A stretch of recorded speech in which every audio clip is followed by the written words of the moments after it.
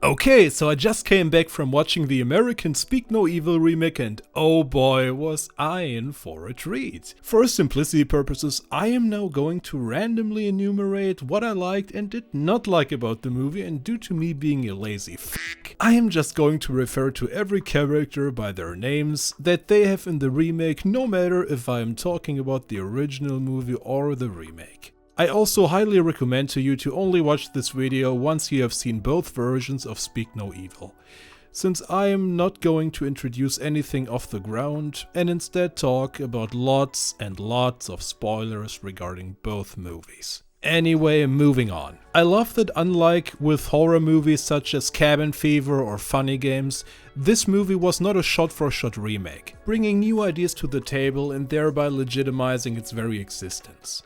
As for the scene that sets everything up, I really love how endearing the character that James McAvoy plays is. Paddy actually is quite hilarious, charming and endearing, and wanting to accept his invitation to his house is actually far more understandable than, I don't know, accepting the invite of that other schlock from the original movie. James McAvoy plays this character as far more charming and hilarious in general. The way in which he's trying to be funny is much more organic and believable than the way in which the guy from the original movie was trying to be funny. He seems far more like a guy you could actually have a good time with, and not like a freaking car salesman hack. So it's believable that his invitation actually settles the deal. To start off my review about everything that succeeds that scene, I really liked the scene in which Paddy, amazingly played by James McAvoy as previously mentioned, takes Ben to a hunting trip, enabling room for some more or less exposition as to what Paddy's motives behind his deeds are. His hunting monologue might be too on the nose and less suggestive than the way the original movie implied everything, but I dig the original thought behind it. The overall uncomfortable scenes that made the original movie weren't as uncomfortable in the remake at times, since McAvoy plays his character far too charmingly, making his role settle any dispute shortly after it arises. Yet they still are more than uncomfortable enough nonetheless. Enough for me to cringe during a freaking movie watch once again, oh my gosh. In this remake, and the apparent son of the strange family actually keeps trying to warn Agnes about their true intentions in fairly clever ways, overcoming his obvious handicap with alternative means of communication. This builds up some kind of much appreciated relationship between him and her that has not even been present in the original movie. And let me tell you,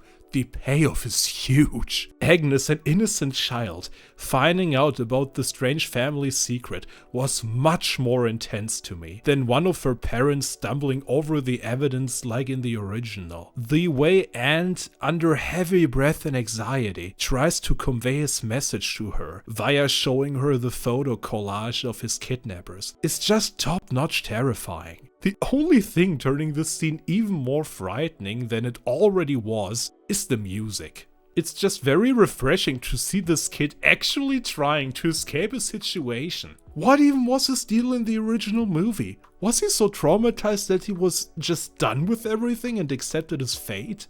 But if so, why the frick did he still show Ben his missing tongue? Was it just for shock value? Or was it an actual attempt of telling them, yet he was too lazy to try anything beyond that? Or are there scenes I forgot about in the original? Please feel free to tell me in the comments. It's also much appreciated that they were trying to build on the strange family's sick motivation for wanting to kidnap children, with the pregnancy sculpture Paddy's wife Kiara built signifying her desire of having a baby herself. To me, the moment of her staring at the broken sculpture during the climax with despair in her eyes was just quite powerful to me. Show don't tell galore. And this is greatly complemented with this one preceding private scene between him and Ant, which gives an insight into the sick relationship they have with the kids they kidnapped.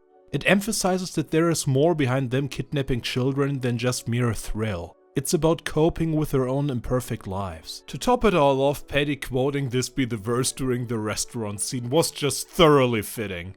Once again, my bias is showing here. I just love "This be the verse", as well as its occasional appearance in media.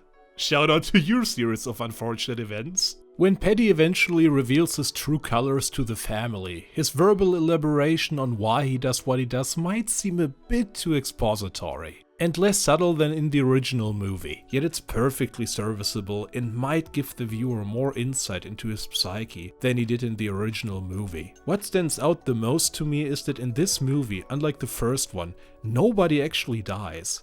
Yet this does not happen without quite an intense fight. At first I was wondering why the scene during which Anne shows Ben his open mouth happens much sooner in this version than in the Danish original. Yet slowly but surely I began to understand why. They actually sped up the pacing so that they would have enough runtime for an action-packed climax left. The only aspect that suffers from this is that Louise, Ben's wife, wants to go home much sooner, even though not enough uncomfortable moments have happened by that time that would legitimize her wish. Introducing the foreign caretaker was quite pointless, since he's never revealed to be the co-conspirator. Unlike in the original, instead it was the cook.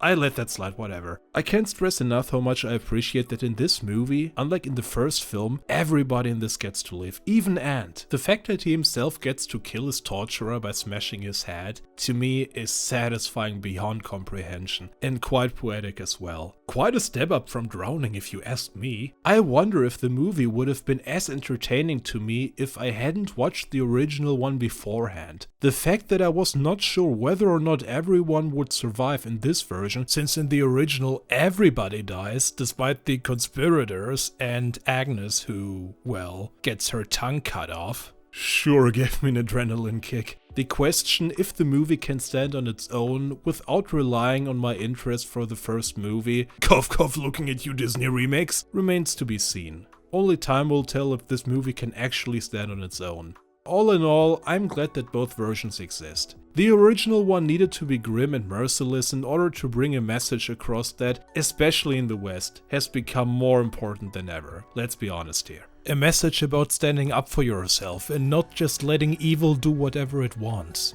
no matter in which people it manifests, in order to torment you. Yet the American remake does ease my pain about the frustrating demise of the original family and their daughter. In my headcanon, this remake was a freaking Nexus event. A timeline of the multiverse in which the main family actually manages to survive and take Ant with them so that he would not be gruesomely drowned. For Agnes to take his place and lose her tongue as well. A timeline in which the protagonists act comparatively smarter, despite the usual slip-ups every American horror movie still seems to be lazy enough to do. Like the damsel in distress not picking up the freaking gun to shoot that bastard in the head. So there you have it. Whereas the original Danish movie can be seen as an irreplaceable, unapologetic critique of today's Western culture, the remake still is a very entertaining, almost equally intense horror flick. That also fulfills most viewers' deepest truest wish of having everybody survive and live happily ever after. Well, mostly I guess, I mean the trauma will still be there. And sadly, tongues can't be restored yet, at least to my knowledge, which is also just terrible for Ant, but I'm sure he'll figure something out. Please leave a like and subscribe if you want to see more videos like this one. Have a nice day.